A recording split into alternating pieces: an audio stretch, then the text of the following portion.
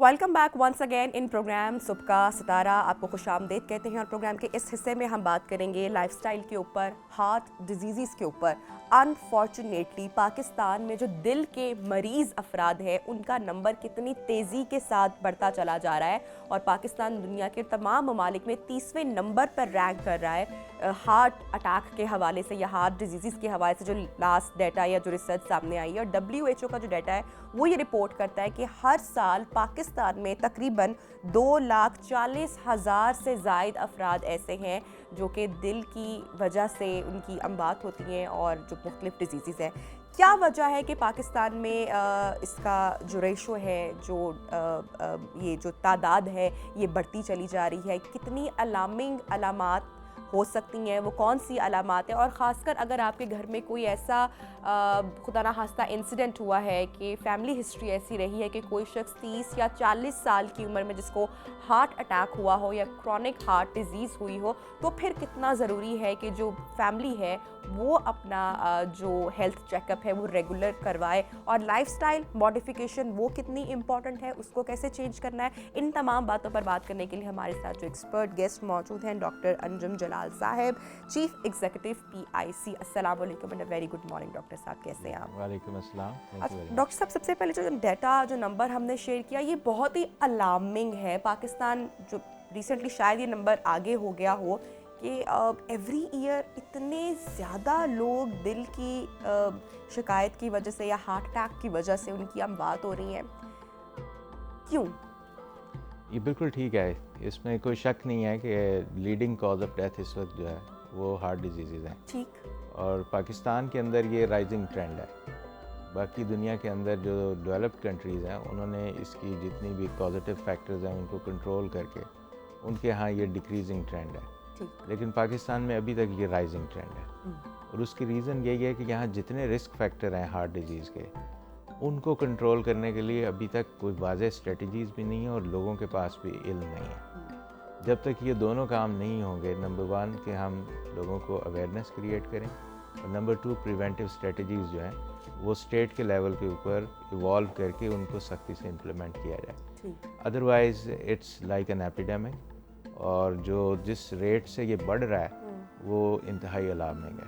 अच्छा डॉक्टर साहब, इसमें मेजर रीज़न आप क्या समझते हैं? ये नंबर तो बहुत खौफनाक है और बढ़ रहा है आपने बताया, लेकिन फैमिली हिस्ट्री नंबर 1 है या फिर हमारा लाइफस्टाइल या दीगर जो बीमारियां हैं वो आप समझते हैं कि इसमें? देखिए, फैमिली हिस्ट्री को मैं एक और टर्म में यूज़ करूँ कि जेनेटिक मेकअप, एक जनरल अंडरस्टैंडिंग पाई जाती है हेल्थ केयर से रिलेटेड लोगों के दरमियान, जिसके लिए सब्सटेंशियल डेटा भी अवेलेबल है कि जो सब कॉन्टिनेंट का रीजन है, ये ख़ास तौर पे साउथ ईस्ट एशिया जो है, इसके अंदर जेनेटिकली प्रीडिस्पोज्ड हैं लोग फॉर सर्टेन डिजीज़ेस। उसमें से एक डायबिटीज़ है। अच्छा, डायबिटीज़ नंबर 1 है। नंबर 1 है। वो हम सब लोग जो भी हैं इस खित्ते के रहने वाले, उनमें एक नेचुरल टेंडेंसी है कि उनको डायबिटीज़ डेवलप हो जाए, चांसेस हैं। दूसरा हार्ट डिजीज़ है और ये दोनों आपस के एक दूसरे के साथ लिंक्ड भी हैं कि अगर एक आदमी को डायबिटीज़ हो जाती है तो वो चांसेस, उसका risk of developing heart disease बहुत ज़्यादा बढ़ जाते हैं। दूसरी बड़ी बात जो है पाकिस्तान के कॉन्टेक्स्ट में ये है कि अगर आप अपने पिछले 30-40 साल के अंदर चेंज इन लाइफस्टाइल देखें तो वो एक बहुत बड़ा आउटबर्स्ट आया है। हमने बहुत ड्रास्टिक चेंजेस आए। वो एकदम से हमने, जिसको वो आपको याद होगा एक मशहूर किताब छपी थी फ्यूचर शॉक, कि एक प्रीमेच्योर फ्यूचर जिसको आज से 30 साल बाद आना चाहिए वो अचानक आपके सामने आके खड़ा हो जाए and you are unable to cope with it. तो ये हमारे साथ हुआ है कि सारी की सारी वेस्टर्न टेक्नोलॉजी भी आ गई, उससे रिलेटेड फैसिलिटीज़ भी आ गई, वो वाली फूड भी आ गई जिसके असरात से वो निपटना सीख चुके थे और उन्हें पता चल गया था कि ये चीज़ें ठीक नहीं हैं, तो उन्होंने उसके ऊपर स्टेप्स लेने शुरू। लेकिन हमारे पास ऐसा सच ही आ गया। फिर वो जो अच्छी चीज़ें थी हमारे लाइफस्टाइल की, वो आहिस्ता आहिस्ता फेड आउट हो गई, जिसमें से साइकिलिंग थी, पैदल चलना था, फिज़िकल एक्सरसाइज थी। अब मैं एक सादा मिसाल देता हूँ कि आज से 30-40 साल पहले कोई ऐसा स्कूल नहीं था जिसमें प्लेग्राउंड ना हो और अगर अब सर्वे करके देखें तो ज़्यादातर स्कूल जो हैं वो 2 कनाल की 3 कनाल की कोठियों में बने हुए हैं और उसमें सबसे कम इम्पोर्टेंस दी जाती है प्लेग्राउंड के लिए और स्पोर्ट्स को। नेशनल लेवल के ऊपर भी हमने स्पोर्ट्स के अंदर बहुत ज़्यादा काम नहीं किया। बहुत सारे नए जिम्नेजियम नहीं बने हैं, स्पोर्ट्स कॉम्प्लेक्स नहीं बने हैं और स्कूलों में से तो वैनिश हो गए, ख़ास तौर पे जब कमर्शलाइजेशन हुई। तो मैं बार बार ये कहता हूँ कि अगर हमने एक चीज़ को अपनी ज़िंदगी से निकाल दिया और उसको वापस अब लेके आने हैं तो फिर हमें कुछ ना कुछ एफ़र्ट करनी पड़ेगी। फॉर एग्ज़ाम्पल, अगर अब हमारे पास जिम जाने की या हमारे पास प्लेग्राउंड नहीं है तो अब प्लेग्राउंड और जिम को घर के अंदर लेके आना पड़ेगा। तो स्कूलों के ऊपर कोई ना कोई ऐसी लेजिस्लेशन करनी पड़ेगी कि उनके अंदर अगर वो प्लेग्राउंड नहीं बना सकते तो कोई ऐसा प्ले एरिया या जिम्नेजियम ज़रूर हो फॉर एक्सरसाइज। इसी तरह लोगों को भी अपने लाइफस्टाइल के अंदर फूड इनटेक में और फिज़िकल एक्सरसाइज में बहुत ज़्यादा रोल प्ले करना पड़ेगा। तीसरा बड़ा रिस्क जो है, अभी तक हम 2 चीज़ों को देख चुके हैं, एक डायबिटीज़ है, दूसरा लाइफस्टाइल में ईटिंग हैबिट्स है, तीसरा जो है वो फिज़िकल एक्सरसाइज है। आखिरी जो बहुत इम्पॉर्टेंट है वो स्मोकिंग है। स्मोकिंग के ऊपर लकीली इतनी वो नहीं है राइजिंग ट्रेंड पाकिस्तान के अंदर। मेरे ख्याल में उसमें 2 फैक्टर्स हैं जिसकी वजह से स्मोकिंग उतनी तेज़ी से नहीं फैली। अभी भी है बहुत सारे यंगस्टर्स के अंदर, लेकिन उतनी नहीं है जितनी आज से कुछ अर्सा पहले थी। एक तो स्टेट की पॉलिसी अगेन, स्ट्रेटजी डेवलप हो गई कि हमने इसके अगेंस्ट जाना है, तो मीडिया से उसको आउट किया गया, फिर उसके ऊपर टैक्सेस शुरू हुए। तो ये चीज़ें बहुत बड़ा रोल प्ले करती हैं। ठीक है। अच्छा डॉक्टर साहब, एक बहुत इम्पॉर्टेंट क्वेश्चन अलामात का मैं चाहूँगी कि जिक्र करें, क्योंकि बहुत सारी अलामात ऐसी होती हैं जिनको, और हमारे यहाँ जो एक आम रवैया भी लोगों का है वो इतना सिंसियर नहीं है टुवर्ड्स हेल्थ, और जब अलामात भी हों या सीने में प्रेशर या कोई ऐसी तकलीफ़ या दर्द का हो तो यही कहा जाता है इनिशियली कि अभी गैस बढ़ गई या पेट का दर्द हो गया या ठीक है। ऐसी कौन सी अलामात हैं जिनको नज़रअंदाज नहीं किया जा सकता? देखिए, इसका ज़्यादातर ताल्लुक हार्ट की जितनी भी अलामात हैं उनका ताल्लुक अगेन फ़िज़िकल एक्टिविटी से है। ठीक। अगर आप बड़ी आसानी से एक फ़्लाइट ऑफ स्टेयर्स चढ़ जाते थे, एक मंजिल आप सीढ़ियाँ चढ़ जाते हैं, कोई मसला नहीं होता, न सांस फूलता है न सीने पे बोझ पड़ता है, तो आप एक नॉर्मल आदमी हैं। लेकिन जिस दिन आपको ये महसूस हो कि अब मुझे ये करते हुए दुश्वारी हो रही है, तो दैट मीन्स कि it's time now to consult your physician. किसी न किसी डॉक्टर से जाके ज़रूर मशवरा करें। फिज़िकल एक्सर्शन के ऊपर चेस्ट के अंदर हैवीनेस होना, गले के अंदर शदीद घुटन महसूस होना, अक्सर लोग कहते हैं कि जॉज़ के अंदर इस तरह जैसे पकड़ा गया, या बेचैनी बहुत ज़्यादा एकदम से महसूस होती है जैसे कोई बहुत बड़ा बोझ है जो सीने के ऊपर आ गया, और अगर खुदा न खास्ता इसके साथ चेस्ट पेन हो फिर तो और भी ज़्यादा ख़ास बात है। सीने की दर्द या बिल्कुल दिल की तरफ दर्द? ये दिल की दर्द जो है उसमें एक ख़ास बात ये है कि वो स्पेसिफिक किसी पॉइंट पे नहीं होती। अच्छा। इट्स अ वेग पेन इनसाइड द चेस्ट। वो यूँ लगता है जैसे कोई बहुत बड़ा हैवीनेस उसके ऊपर, चेस्ट के ऊपर कोई बहुत हैवी बोझ आ गया है, या कोई स्क्वीज़ कर रहा है, या बहुत ज़्यादा टाइटनेस है और पीपल रियली फील अनकम्फर्टेबल। यानी जो लोग इस एक्सपीरियंस से गुजरते हैं, दे कैन टेल यू कि जब वो शुरू हुआ तो उन्हें खुद अंदाज़ा हो गया कि ये अब एक ऑर्डिनरी पेन नहीं है, it is heart related to heart. ठीक। अच्छा डॉक्टर साहब, ऐसा भी कई बार होता है कि जिन लोगों को लगा कि ठीक है तकलीफ़ है, चलो ईसीजी करवा लेते हैं, ईसीजी ठीक आ गई, बिल्कुल चेकअप करवाया, फिर भी ऐसा हो सकता है कि ईसीजी नॉर्मल आने के बावजूद भी आप दिल के मरीज़ हो सकते हैं, या हो सकता है कि अंदर कुछ डेवलप हो रहा हो ऐसा? देखिए, दिल के मर्ज भी बहुत सारे हैं। हाँ। एक तो वो तकलीफ़ है जिसके बारे में हम बात कर रहे हैं। हम जब भी दिल की बात करते हैं तो हम इस्कीमिक हार्ट डिजीज़ ही को, जो कि दिल की अपनी शरियानों की नैरोइंग है कि उनके अंदर कोलेस्ट्रॉल जम के उनके अंदर नैरोइंग हो गई, इसको हम इस्कीमिक हार्ट डिजीज़ या कॉर्नरी आर्टरी डिजीज़ कहते हैं। इसकी सबसे शदीद फॉर्म जो है वो हार्ट अटैक है, तो उससे तो हर बंदा वाकिफ़ है। इसके अलावा और बहुत सारी हैं, जिस तरह दिल के अंदर जो वैल्व हैं उनकी प्रॉब्लम है, जो पैदाइशी तौर पे नक्स हैं। तो बहुत सारे ऐसे मर्ज़ हैं जिसमें किसी एक पॉइंट ऑफ टाइम के ऊपर ईसीजी नॉर्मल आ सकती है। अच्छा, ठीक है। डॉक्टर साहब, अगर पेरेंट्स में से खुदा ना खास्ता किसी एक को ये मसला रहा हो, डेथ जो है कॉज ऑफ डेथ है वो हार्ट अटैक हो, तो फिर कितना इम्पॉर्टेंट है बच्चों के लिए कि वो अपना रेगुलर चेकअप करवाते रहें, अपने लाइफस्टाइल में मॉडिफिकेशन करें, जिसका तज़किरा आपने पहले भी किया, क्योंकि रेगुलर चेकअप हमारे यहाँ यूजुअली जब तक कोई सोए सिम्टम नहीं होता हम नहीं करवाते। एक तो जैसे मैंने बताया कि ये मर्ज़ ऐसा है जिसमें एक से ज़्यादा फैक्टर इन्वॉल्व है। जैसे उसमें एक जेनेटिक मेकअप है जो आपने इनहेरिट किया फ्रॉम पेरेंट्स, बाकी अदर फैक्टर्स भी आ गए। अच्छा, फिर उसके अंदर डिजीज़ को कॉज करने वाले जो फैक्टर्स हैं जेनेटिक मेकअप के अंदर, वो भी फ़र्क है। फॉर एग्ज़ाम्पल, बहुत सारी किस्में हैं कोलेस्ट्रॉल के बढ़ने की, कोई एक नहीं है। ये हो सकता है कि एक आदमी में सिर्फ इतनी टेंडेंसी हो कि वो जब भी बेकायदगी करेगा तो उसका कोलेस्ट्रॉल नॉर्मल से थोड़ा सा ऊपर चला जाएगा। लेकिन एक ऐसा भी होगा जो तमाम तर एहतियात के बावजूद जिसका कोलेस्ट्रॉल शॉकिंगली हाई होगा। वो बिल्कुल टू डिफरेंट जेनेटिक मेकअप वाले लोग हैं। अब हमने ये करना है कि अगर फैमिली में किसी को खुदा न खास्ता हार्ट अटैक हो गया तो पहले तो उसके डॉक्टर के साथ मिल के उसकी डिटेल जान लें कि ये किस नौयत का हार्ट अटैक था और क्या था।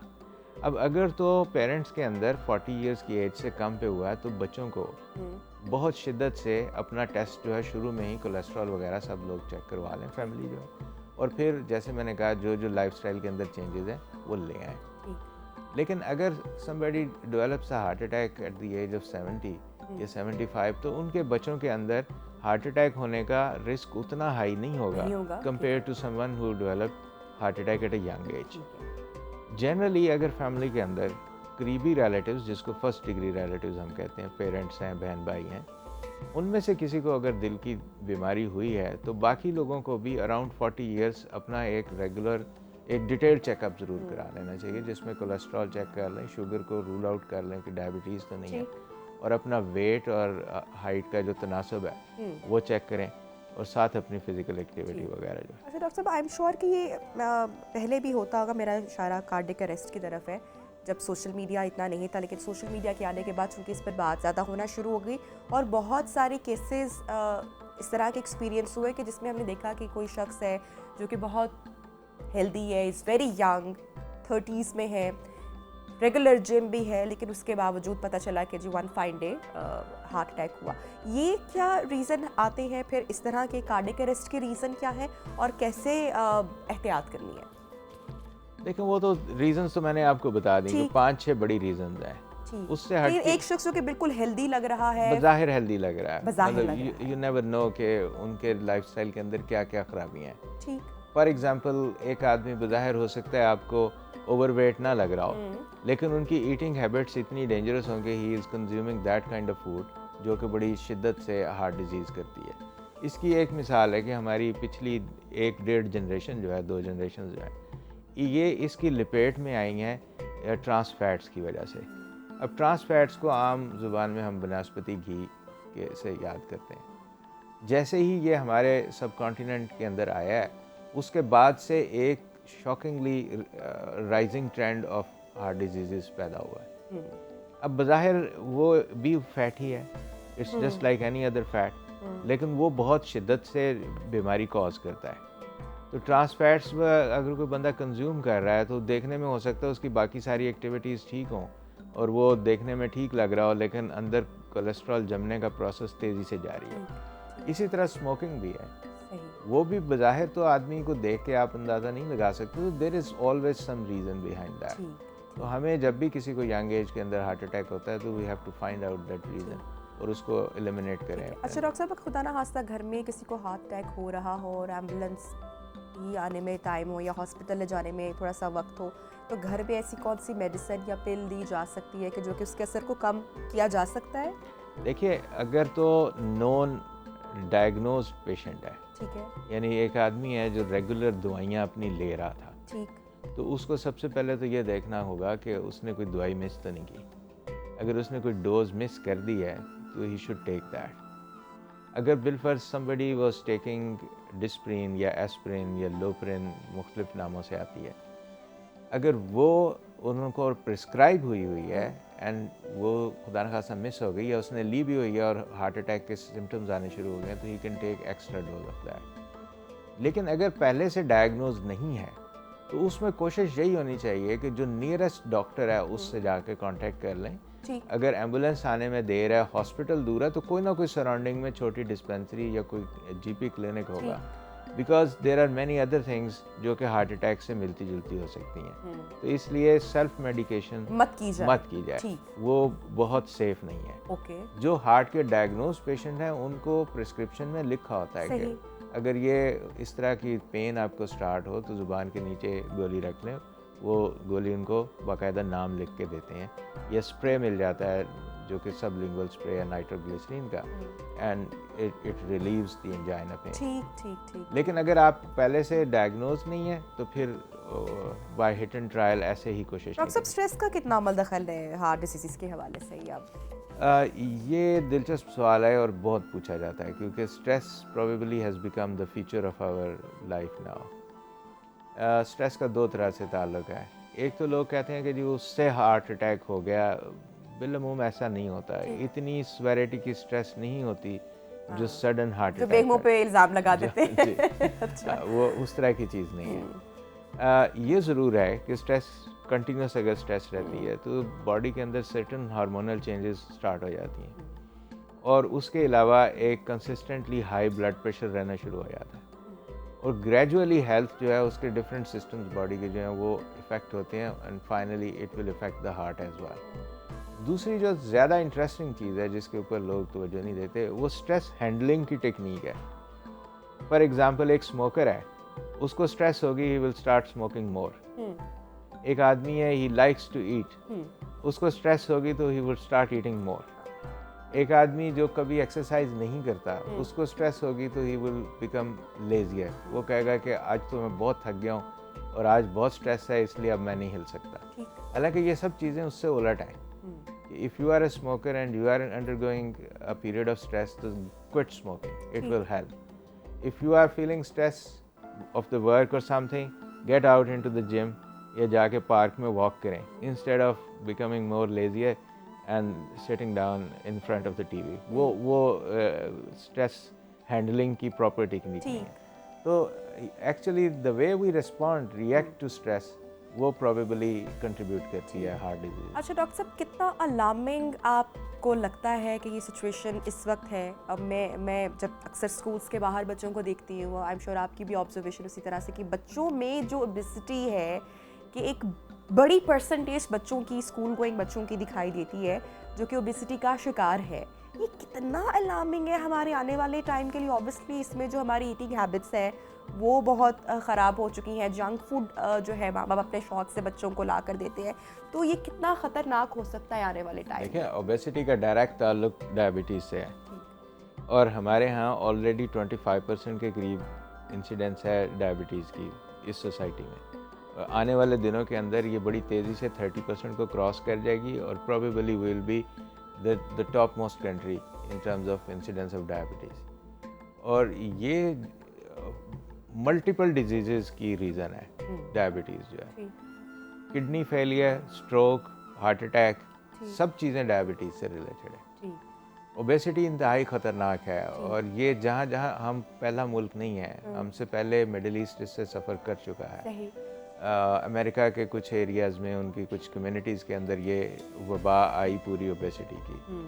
मुख्तलिफ जगह पे लोगों ने सफ़र किया, but they actually found reasons और उनका हल निकाला। और हमारे यहाँ भी रीज़न्स मोरलेस वही हैं। एक तो जंक फूड है, और दूसरा फिजी ड्रिंक्स जो मुख्तलिफ किस्म के। लेकिन डॉक्टर साहब, फिर वो जब पहले तो माँ बाप अपने प्यार में, शौक में वो सब कुछ करते हैं, लेकिन फिर उतने बच्चे को लाइफस्टाइल मॉडिफिकेशन करना भी आप समझते हैं कि फिर की जा सकती है? इतने छोटे बच्चे को जिम भेज देना या उसका खाना पीना बंद कर देना, फिर क्या किया जाए जब रियलाइज हो? There are always healthy options for the kids.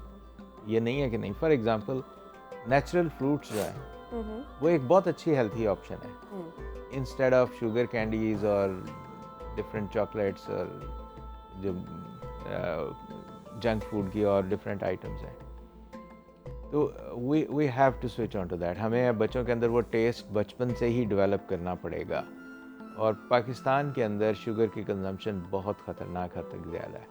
हमें अपने टेस्ट जो है वो चेंज करने पड़ेंगे, जी। और बच्चों को बचपन से ही उसका आदी बनाना होगा। ट्रेन करना पड़ेगा बिल्कुल, और बचपन से ही हमें एक जो लाइफस्टाइल है बच्चों का, और फिर जो ग्रोन अप्स है, डायबिटीज़ से बचना है, जैसा कि डॉक्टर साहब कह रहे हैं, जो लाइफस्टाइल मॉडिफिकेशन है वो बहुत इंपॉर्टेंट है, वर्जिश बहुत इंपॉर्टेंट है, क्लीन फूड बहुत इंपॉर्टेंट है।